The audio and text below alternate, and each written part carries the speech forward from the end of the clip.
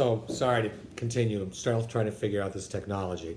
But anyway, what I was saying is I went to yoga, and you hit your 50s and you need a little time to prepare once you get to yoga class. So I had a great yoga class, very intense. As you can see, I'm still a little yogaed out.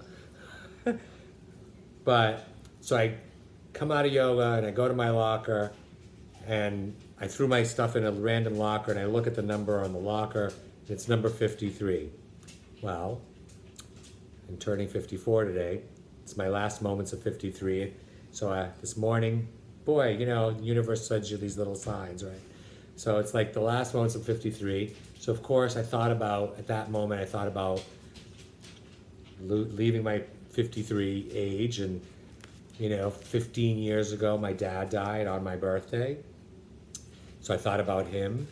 So it's funny how my birthday is associated with my birth and my father's death, which I think death is really rebirth. So I thought about that a little bit and that connection to my dad. And I thought about, my dad died on my birthday, but very interestingly enough, and this is a gift. People always like go, oh no, I'm so sorry that he died on your birthday. No, guys, this is a gift. I knew my dad, my little psychic abilities. I told my mom when my dad died, he was going to die like 2 weeks before he passed. I knew he was going to die on my birthday. What I didn't know is he died on my birthday the exact minute I was born on my birthday. My dad passed on September 13th at 4:44 in the afternoon. I'm born September 13th, 4:44 in the afternoon. A gift. I figured out what it meant. My dad left this planet carrying me as a baby in his arms.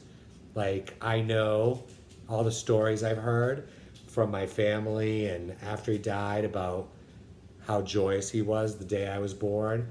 And I know he left living his most joyous moment. So what a gift, man. That's how loved I was. So not a bad thing. It was really, if you think that's a coincidence, then we've got to have a deeper conversation. But anyway, so I thought about that. And then I thought about it and I thought, there are two gifts that God or the universe or the collective unconscious, whatever you want to call what we call God or whatever, gives us these two gifts, these two things that every living thing possesses on this planet. Every plant, every animal, radiation, plastic, all has a birth and a death, like humans. But there's a third gift that we're given, that living things are given.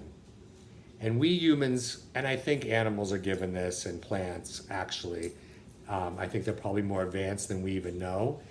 The third gift we're giving is free will.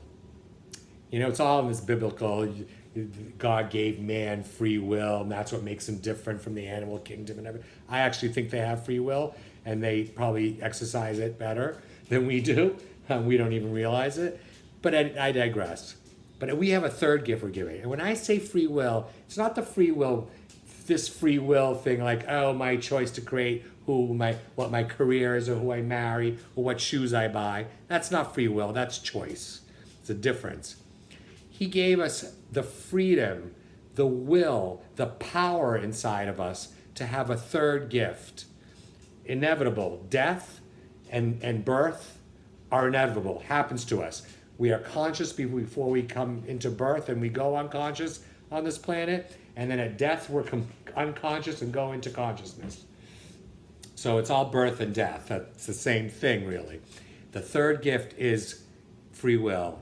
And it's the free will we have to rebirth ourselves within our lifetime while we're living or supposedly living on this planet.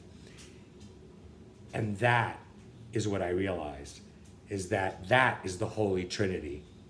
That makes the whole of you. It's my birth, my death, and the whole of me while I'm alive.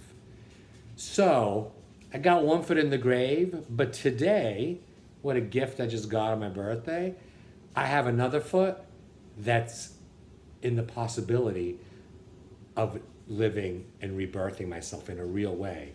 And 99.99% of the people that have come to this planet have never rebirthed themselves. There have been a few, Buddha and Jesus and the saints, and you name them. But it's a handful. But that gift is given to all of us. But it seems to be obviously the hardest one. We're all living life blindly. But I realized today that I have that opportunity. And I'm going to go on that journey with you guys live. Kind of been doing it my whole life. It's taken me 54 freaking years to get here, and I'm still not there. May not get there. I may choose to keep my foot in that grave and keep going faster than I think. Or maybe I'm going to go the other way.